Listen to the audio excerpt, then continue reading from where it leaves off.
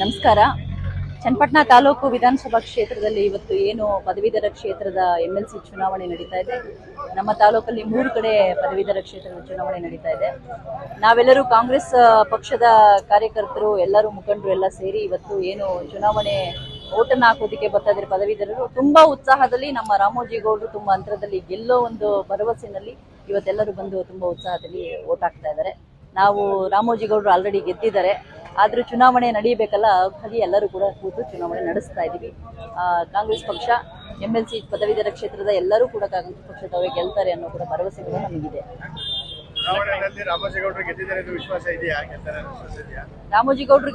ವಿಶ್ವಾಸ ಇದೆ. 100ಗೆ 200% ವಿಶ್ವಾಸ ಇದೆ, ಗೆದ್ದಿದ್ದಾರೆ. ಈಗ ಸೋಲಿನ ಅನುಭವ ಆಗಿರೋದಕ್ಕೆ ಜನ ತೀರ್ಮಾನ ಮಾಡಬಹುದು. 2 ಸಲ ಸೋಲಿನ ಅನುಭವಿಸಿದರೆ ಈಗಾಗಲೇ ಏನು ನಿರುದ್ಯೋಗ ಸಮಸ್ಯೆಗಳೇನಿದೆ ಅವೆಲ್ಲ ಬಗೆಹರಿಯಬಹುದು. ನಮ್ಮ ಕಾಂಗ್ರೆಸ್ ಪಕ್ಷ ಆಡಳಿತವನ್ನ ನಡೆಸ್ತಾ ಇರೋದು 1 ವರ್ಷ ಆಗಿದೆ. ನಮ್ಮ ಕಾಂಗ್ರೆಸ್ ಪಕ್ಷ ಆಡಳಿತ 100% ಸಕ್ಸಸ್ ಆಗಿರೋದ್ರಿಂದ ಈಗ ನಿರುದ್ಯೋಗ ಸಮಸ್ಯೆಗಳು ಏನಿದೆ ಅದು ಬಗೆಹರಿಯೋದಕ್ಕೋಸ್ಕರನಾದ್ರೂ ನಮ್ಮ ರಾಮೋಜಿ ಗೌಡ್ರನ್ನ ಜನ ಗೆಲ್ಲಿಸ್ತಾರೆ ಅನ್ನೋ ಒಂದು ಭರವಸೆ ನಮಗಿದೆ. ಆಲ್ರೆಡಿ ಗೆದ್ದಿದ್ದಾರೆ.